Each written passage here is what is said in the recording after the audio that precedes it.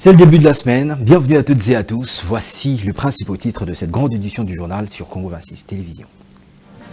Félix-Antoine Tshisekedi est depuis dimanche à New York aux États-Unis où il va participer à la 79e Assemblée Générale des Nations Unies. L'élargissement du Conseil de sécurité à 2 pays africains mais sans droit de veto est parmi les enjeux de cette session. Opération Bukavu propre, c'est le slogan d'un programme d'assainissement de la ville chef-lieu du Sud Kivu.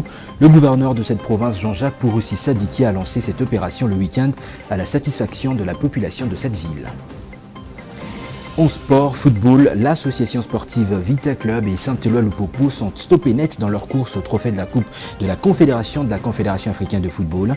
Les deux clubs congolais ont été éliminés dimanche à l'étape du deuxième tour préliminaire de cette compétition lors du match retour dans leurs stades respectifs. Madame, Messieurs, merci d'être avec nous. Le président de la République, Félix-Antoine Tshisekedi Tshilombo, séjourne depuis dimanche à New York. Il va prendre part à la 79e Assemblée Générale des chefs d'État et de gouvernement des pays membres des Nations Unies. Ces assises aborderont des questions importantes, dont celles liées à l'élargissement du Conseil de sécurité de l'ONU à 2 pays africains sans droit de veto. Et la République démocratique du Congo attend son élection le 9 octobre prochain au Conseil des droits de l'homme. Regardez. C'est dans la matinée de ce dimanche 22 septembre que le président de la République, Félix-Antoine Tshisekedi Tshilombo, est arrivé à New York pour répondre au rendez-vous annuel de tous les dirigeants du monde entier. Les chefs de l'État entament ainsi une mission officielle de quelques jours en terre américaine, marquée par d'intenses activités politiques et diplomatiques de très haut niveau.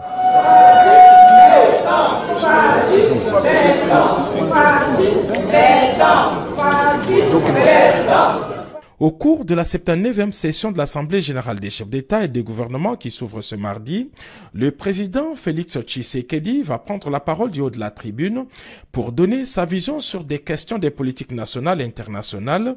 Il va aussi intensifier les plaidoyers en faveur de la République démocratique du Congo, pays agressé par le Rwanda.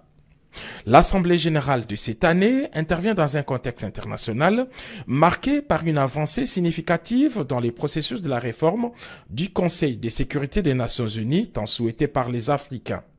Pour la première fois, les États-Unis d'Amérique sont favorables à l'élargissement du Conseil de sécurité à 2 pays africains sans droit de veto. Plus grand pays francophone du monde et pays solution au réchauffement climatique mondial, la République démocratique du Congo est un prétendant sérieux parmi les 2 nouveaux pays africains membres du Conseil. Par ailleurs, la RDC attend aussi son élection le 9 octobre prochain au Conseil des droits de l'homme des Nations Unies, un événement qui va sceller davantage les retours de la RDC dans les girons des grandes nations grâce à la diplomatie active du président Félix-Antoine Tshisekedi Tshilombo. Transport aérien, alors que Congo Airways est en difficulté, le gouvernement s'active à relancer Air Congo avec 51% de part et 2 avions en annonçant le vol inaugural de la future compagnie dès le 1er décembre prochain grâce à l'appui d'Ethiopian Airlines. Ceci est une des résolutions prises lors du dernier conseil de ministres tenu le week-end dernier à la Cité de l'Union africaine par le président de la République. Ebenezer Bwanga Wenamoyo.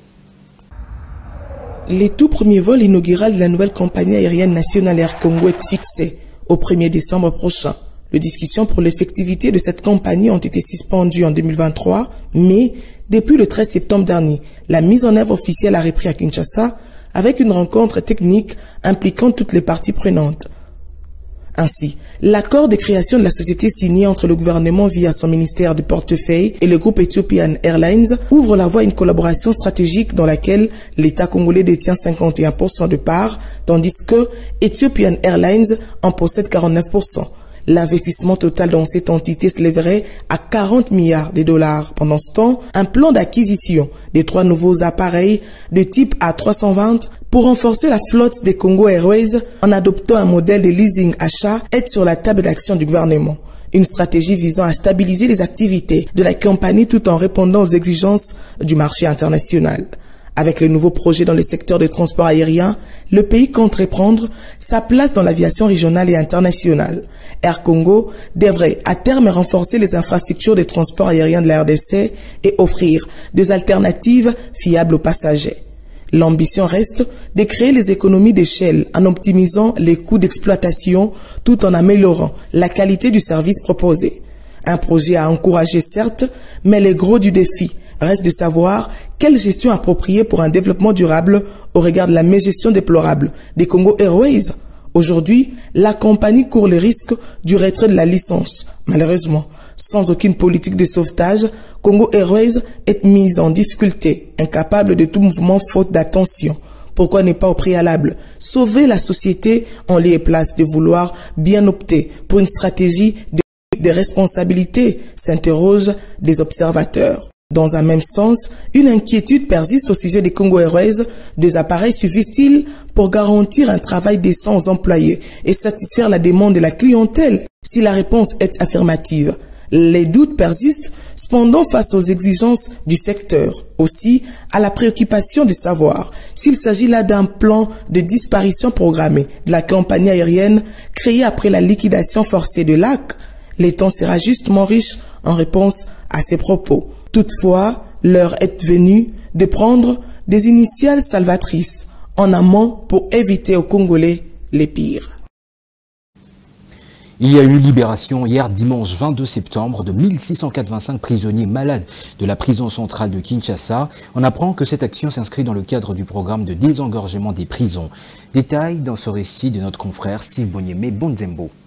Débuté à 14 h pour s'achever aux alentours de 20 h, cette nouvelle série de libération de détenus de Makala a été facilitée par la mise à la disposition du ministre Constant Moutamba de bus de son ministère et de la société Transco pour les transports de détenus malades. Les cas les plus graves ont reçu une prise en charge médicale spécifique. Cependant, lors de cette opération, le ministre de la Justice a exprimé son indignation face à la situation de prisonniers malades, exigeant de mesures immédiates pour améliorer leurs conditions de détention.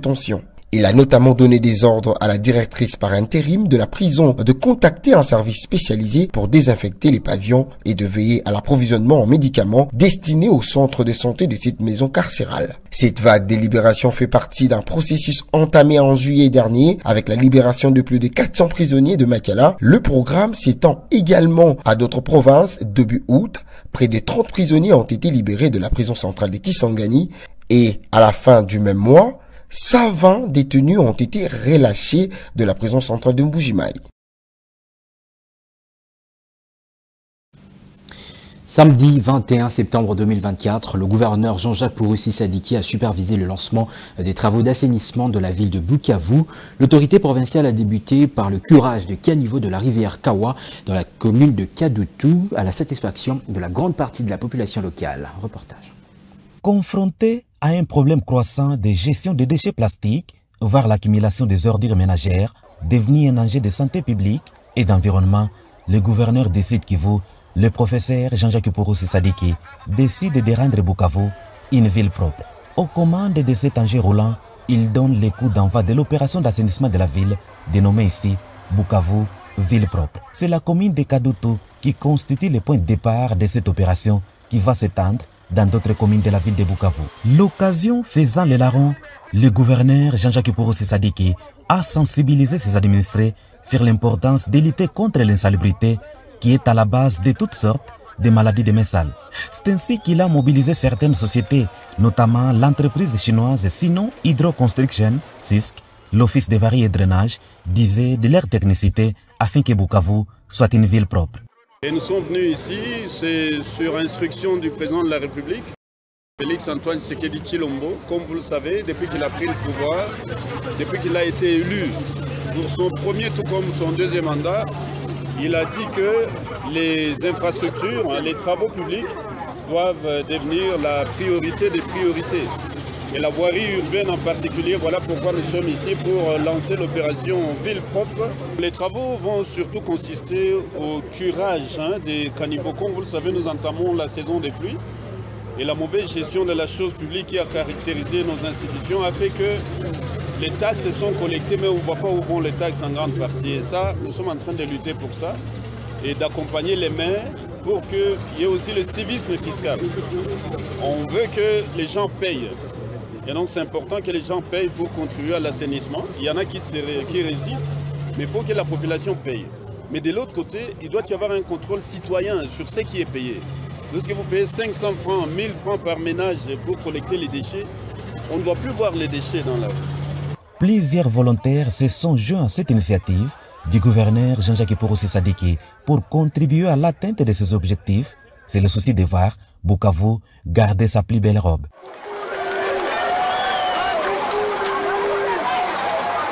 L'adepte de la proximité, Jean-Jacques Purusi Sadiki, a sensibilisé la population sur le civisme fiscal et à la citoyenneté responsable en payant les taxes dues à l'État afin que la province ait les moyens de sa politique pour son développement.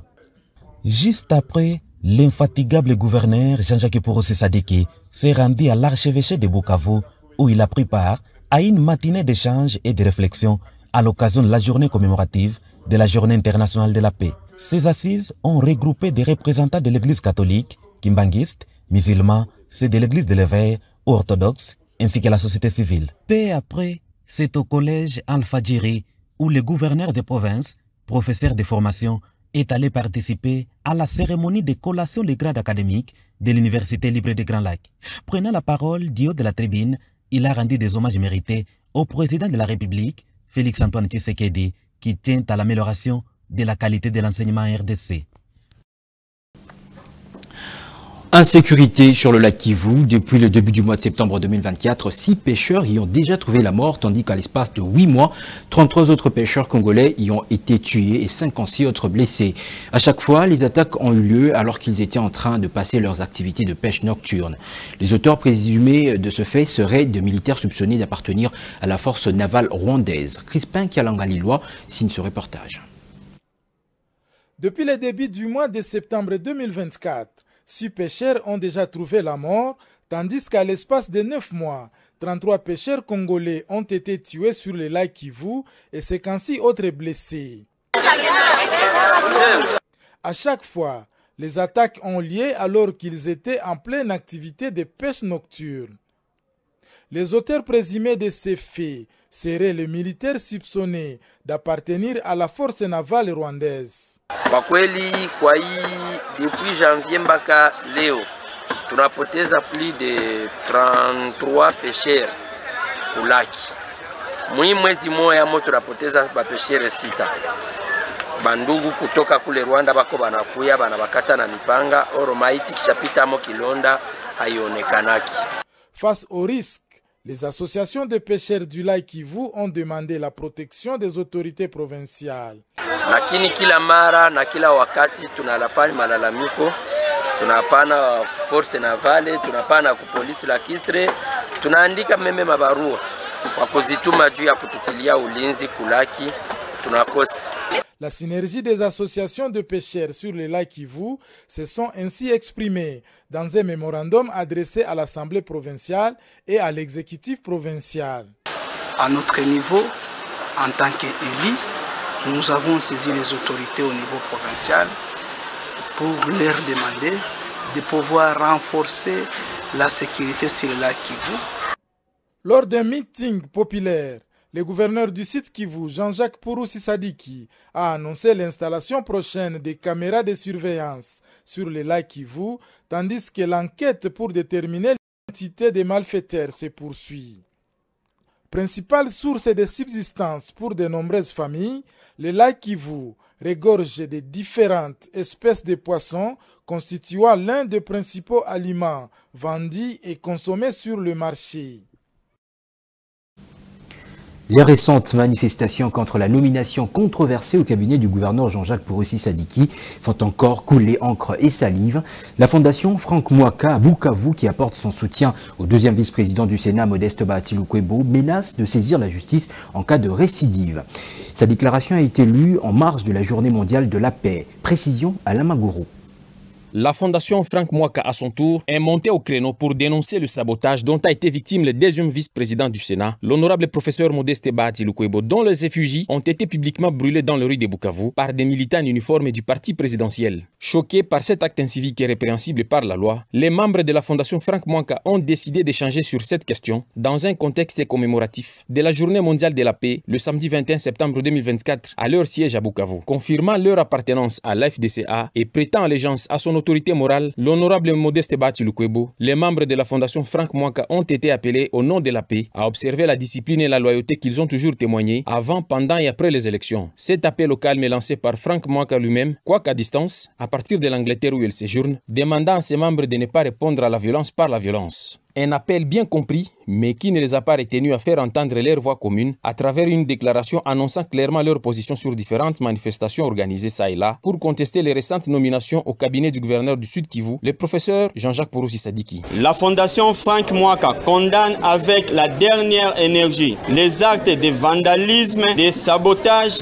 et dégradants qui ont porté atteinte à l'honneur de l'honorable vice-président du Sénat, le patriarche professeur Modeste Bahati Lukwebo. À ce sujet, réitère son soutien indéfectible. La Fondation Frank Mwaka réitère par la même occasion son soutien indéfectible à son Excellence Monsieur le gouverneur de la province du Sud Kivu, le professeur Jean-Jacques Purusi Sadiki, qui tient à la rupture et à la rigueur dans son style de gouvernance. La Fondation Frank Mwaka met en garde toute personne physique ou morale qui tentera d'inciter la paisible population à troubler l'ordre public. Elle se réserve le droit de saisir les instances juridiques. La Fondation Frank Mwaka tient ainsi à rester en justice contre quiconque qui va à nouveau reproduire ces actes répréhensibles par la loi. De son côté, la synergie de Ligue des jeunes vigilants du secteur de Kibali a décrété 2 jours ville morte dans la cité minière de Durba, secteur de Kibali, territoire de Ouatsa. Nous sommes dans la province de Haut-Souélé. L'insécurité grandissante est à la base de ces 2 journées ville mortes après la mort d'un jeune homme de 30 ans révolu la semaine dernière, 72 heures seulement après la mort d'un taximan. Christophe Onzonono pour les détails. Le mot d'ordre des organisateurs des 2 journées villes mortes a été observé malgré les dérapages caractérisés par les barricades et des pneus brûlés dans des grandes artères de la cité minière de Durba. Une situation qui a été vite maîtrisée par les éléments des forces de l'ordre. Les boutiques, stations d'essence, les agences de transport en commun, les écoles n'ont pas fonctionné ce lundi 23 septembre 2024 à la cité minière de Durba. Nous sommes dans le secteur Kibali, en territoire d'Iwatia, dans la province du Haut-Ouélé. À la base, la mort d'un jeune homme d'une trentaine d'années révolu, tué la nuit de mercredi à ce jeudi 19 septembre 2024, 72 heures après la tuerie d'un conducteur de taxi-moto par les hommes non autrement identifiés. Dans une lettre adressée à l'administrateur du territoire d'Iwatia, informant le déjeuner ville morte, ces jeunes déplorent les insécurités grandissantes de la cité minière de Durba, caractérisée par la tuerie répétitive. Signalons que l'administrateur du territoire d'Iwatia, Dieudonné Magaïmissa, avait annulé ces journées ville mortes dans un communiqué officiel dont Congo 26 Télévision détient une copie. Un communiqué non-événement pour les organisateurs de ces journées villes mortes. Pas de miracle pour l'association sportive Vita Club de Kinshasa et Saint-Eloi-Lupopo de Lubumbashi.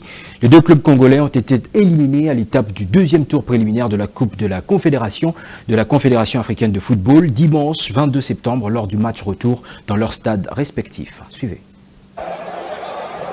C'est un nouveau cauchemar pour le Véclubien en Coupe de la Confédération africaine de football. La team vert et noir sortie de la compétition avant la phase de groupe, le Moscovitch n'ont pas réussi à réaliser la remontada devant leur public après la défaite 2-0 lors du match aller. Les hommes de Raoul Chungu ont été tenus en échec, un but partout par le club sud-africain de Stellenbosch au stade de Martyrs de la Pentecôte. Du côté de Lupopo, c'est un bout d'un match disputé, bousculé en deuxième mi-temps, que le Macky Sall ont inversé la tendance pour s'offrir le chemin de la qualification en phase de groupe de cette compétition. Lupopo éliminé comme l'AS Vita Club 3-1, score cumulé sur les 2 matchs. Cette saison, aucune équipe de la RDC ne jouera la phase de groupe à la Coupe de la Confédération. Les places sont prises par Stellenbosch d'Afrique du Sud et Brahmos dos Makis d'Angola. Rappelons que la RDC ne compte que sur les 2 représentants en Ligue des champions africains, le TP Mazembe et l'AS Maniema Union qui jouera la phase de poule de cette compétition. Après les tirages au sort de la phase de poule prévue le 7 octobre 2024 au Caire en Égypte.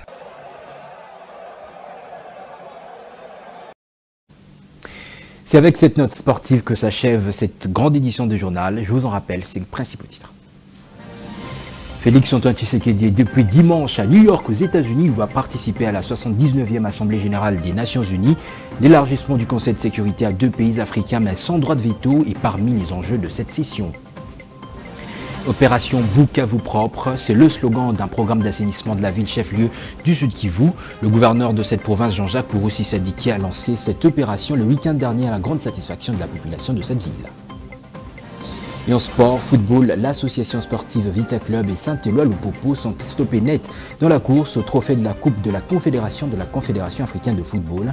Les 2 clubs congolais ont été éliminés dimanche à l'étape du 2e tour préliminaire de cette compétition lors du match retour dans leurs stades respectifs.